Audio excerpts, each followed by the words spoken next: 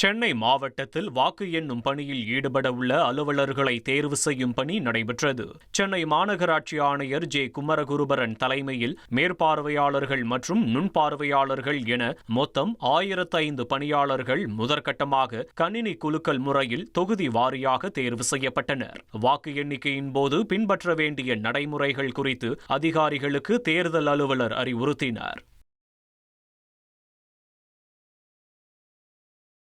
கண்ணூர் பல் மருத்துவக் கல்லூரி மாணவர் நிதின்ராஜ் தற்கொலைக்கு நீதி கேட்டு பட்டியலின அமைப்புகள் நடத்திய மாநிலம் தழுவிய முழு அடைப்பு போராட்டத்தில் பல இடங்களில் வன்முறை வெடித்தது. இதனைத் தொடர்ந்து கேரள உயர்நீதிமன்றம் தாமாக முன்வந்து வழக்கு பதிவு செய்துள்ளது.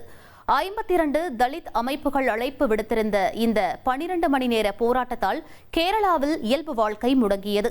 பல இடங்களில் வாகனங்கள் மறிக்கப்பட்டதோடு கடைகளும் வலுக்கட்டாயமாக மூடப்பட்டன. இதனால் பொதுமக்கள் கடும் அவதிக்கு உள்ளாகினர்.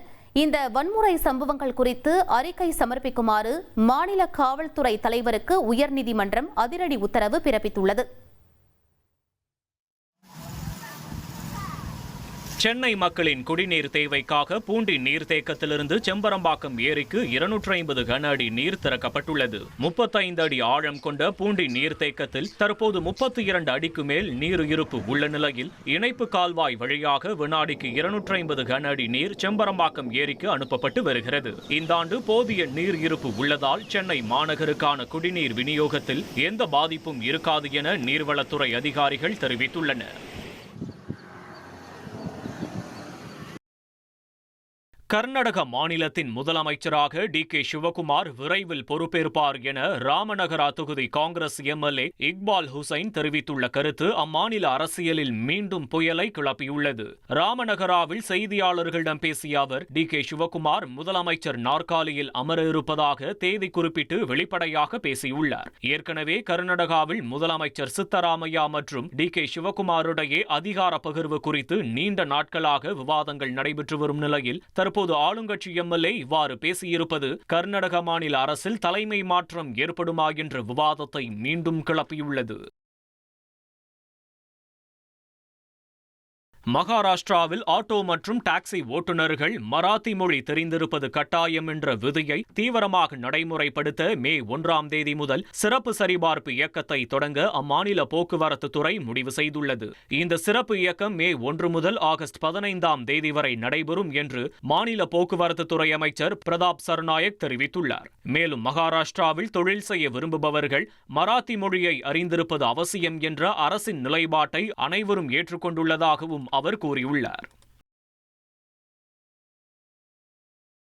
கேரள மாநிலம் மலப்புரத்தில் வேகமாக வந்த கார் கட்டுப்பாட்டை இழந்து சாலையோரம் இருந்த வீட்டின் சுற்றுப்புற சுவரில் மோதி விபத்திற்குள்ளானது. இதில் காயமடைந்த ஒரே குடும்பத்தைச் சேர்ந்த 5 பேர் மருத்துவமனையில் அனுமதிக்கப்பட்டுள்ளனர். இந்த சிசிடிவி காட்சிகள் வெளியாகி அதிர்ச்சியை ஏற்படுத்தியுள்ளது.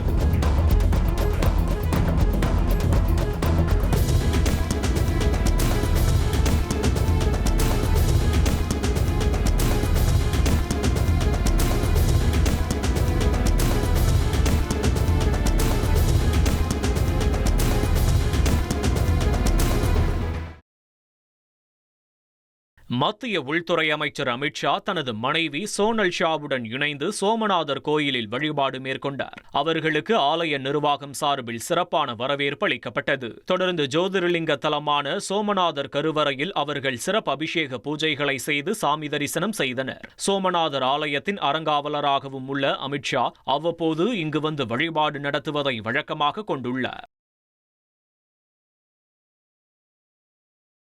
பாஜகவின் புதிய தேசிய தலைவராக பொறுப்பேற்றுள்ள நிதின் நபீன் உத்தரப்பிரதேச முதல்வர் யோகி ஆதித்யநாத்துடன் இணைந்து வாரணாசியில் உள்ள புகழ்பெற்ற காசி விஸ்வநாதர் கோயிலில் சிறப்பு வழிபாடு நடத்தினார். கோவிலுக்கு வருகை தந்த தலைவர்களுக்கு ஆலயம் சார்பில் சிறப்பான வரவேற்பு அளிக்கப்பட்டது. அவர்கள் கருவறையில் சாமி விஸ்வநாதருக்கு சிறப்பு அபிஷேகம் மற்றும் பூஜைகளை செய்து வழிபட்டனர். நடிகை த்ரிஷா தனது தூக்கமின்மை பிரச்சனை குறித்து இன்ஸ்டாகிராமில் பகிர்ந்த பதிவு தற்போது ரசிகர்களிடையே வைரலாகி வருகிறது. 1 மணி நேர தூக்கத்தை இழந்தால் அதை ஈடுகட்ட சுமார் 4 நாட்கள் ஆகும் என்ற தகவலை பகிர்ந்த த்ரிஷா, அதன்படி பார்த்தால் நான் இழந்த தூக்கத்தை ஈடுகட்டி புத்துணர்ச்சி பெற 2062ஆம் ஆண்டு ஆகிவிடும் எனவும் குறிப்பிட்டுள்ளார். சுமார் 22 ஆண்டுகளுக்கு மேலாக திரையுலகில் பிஸியாக உள்ள த்ரிஷா தூக்கமின்மை குறித்து பதிவிட்டுள்ள இந்த போஸ்ட் சமூக வலைதளங்களில் பலரது கவனத்தை ஈர்த்துள்ளது. வட இந்தியா முழுவதும் நிலவி வரும் கடும் வெப்ப அலை காரணமாக உலக அதிசயங்களில் ஒன்றான தாஜ்மஹாலுக்கு வரும் சுற்றுலா பயணிகளின் எண்ணிக்கை வெகுவாக குறைந்துள்ளது. ஆக்ராவில் வெயிலின் தாக்கம் அதிகமாக இருப்பதால் வெளிமாநில மற்றும் உள்ளூர் பயணிகள் கடும் அவதிக்குள்ளாகி வருகின்றனர். குறிப்பாக தாஜ்மஹால் வளாகத்தில் நிலவும் கடும் வெப்பம் காரணமாக சுற்றுலா பயணிகள் தங்களது பயணத்தை பாதியிலேயே முடித்துக் கொண்டு திரும்புகின்றனர். கேரள மாநிலம் திருவனந்தபுரத்தில் உள்ள காவலர் பயிற்சி பள்ளியில் கவாத்து பயிற்சி நடைபெற்றுக் கொண்டிருந்தபோது திடீரென ஒரு பாம்பு புகுந்ததால் பயிற்சியில் இருந்த காவலர்கள் அலறியடித்து ஓடினர்.